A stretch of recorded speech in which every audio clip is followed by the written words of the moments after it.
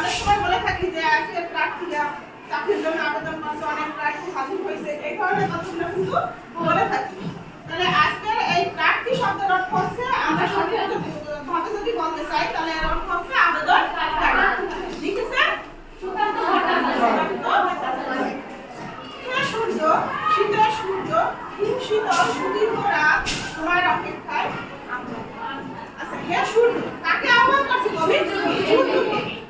হিমশীতল সুদীর্ঘ রাত, হিমশীতল, হিম শব্দের অর্থ কি? ঠান্ডা, শীতল অর্থ ঠান্ডা। ঠান্ডা রাতে সুদীর্ঘ মানে দীর্ঘ রাত তোমার প্রতীক্ষায় আমরা।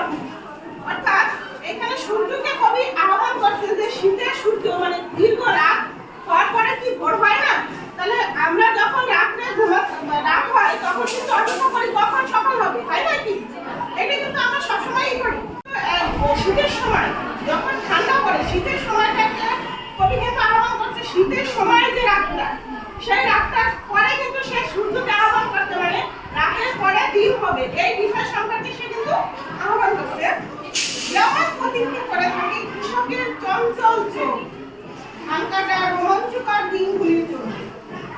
মানে কি পৌষ মাসে ধান কাটার জন্য সবাই, এখন তো বিভিন্ন সিজন এসে গেছে, আমরা যেহেতু আমরা সবাই বলি আইসিটি যুগ মানে আধুনিক যুগ, ডিজিটাল যুগ এই কথা বলি, কিন্তু তখন কিন্তু একটা সময় ছিল যে পৌষ মাঘ মাসে এই সময়টাই কিন্তু কৃষকেরা ধানের জন্য অপেক্ষা করতো যে কখন আসবে ধান কাটবো, কখন সেই ধানগুলো নিয়ে আমরা খাবার রাখবো, মানে ধান বিক্রি করবো। কৃষকরা কিন্তু এই অপেক্ষায় থাকতো।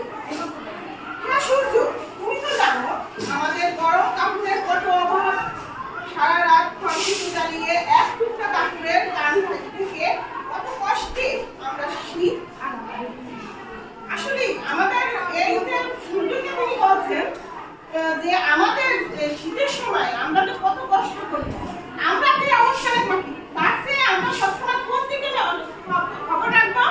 নিচের দিকে। আমাদের যে যারা দুঃখ কষ্টে আছে, কিন্তু এই অবস্থা কিন্তু আমরা নিজেদের অবস্থানে থেকে তাদের দুঃখ কষ্ট বুঝতে পারি না। কবি কিন্তু সেইটাকেই আহ্বান করছেন যে হ্যাঁ বলছেন যে ওই যে শীতের রাতে তোমার জন্য অপেক্ষা করি, কেন সূর্যকে আহ্বান করছে? একটু এক ঝলক রোদের জন্য, তাই না? আলোর জন্য। তাহলে ওই যে শীতের রাতে কত মানুষ যে কত অসহায় অবস্থায়, তো আমরা তো এখানে থেকে দেখতে পাই না, কিন্তু তোমরা একটু শহরমুখী যখনই হবে তখন কিন্তু দেখতে পাবে যে কত মানুষ শুধু কোনো কাটাও না, একটা পলিথিন গায়ে দিয়েও শীত রাত কাটায়, এরকম আছে অসহায়। বিশেষ করে এই বিশেষ দিনগুলো দেখা যায় শীতের সময় স্টেশনে, রেলওয়ে স্টেশনে দেখা যায়। সকালের এক টুকরো রোদ্দুর এক টুকরো সোনার চেয়েও মনে হয় দামি। সোনার সাথে তুলনা করছে কাকে? কবি রোদকে সোনার সাথে তুলনা করছে। ভাবছি না আমরা এদিক ওদিক যাই, এক টুকরো রোদ্রের তৃষ্ণায় সূর্য, মানে এটা বলছে যে ঘর ছেড়ে আমরা কখন রোদ উঠবে।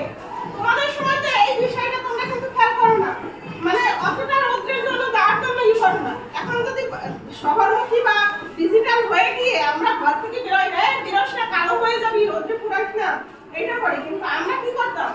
সকালে সারা রাত 10টা 11টা 12টা পর্যন্ত পড়লে আবার আজানের সময় উঠে কিন্তু পড়ালেখা করতাম।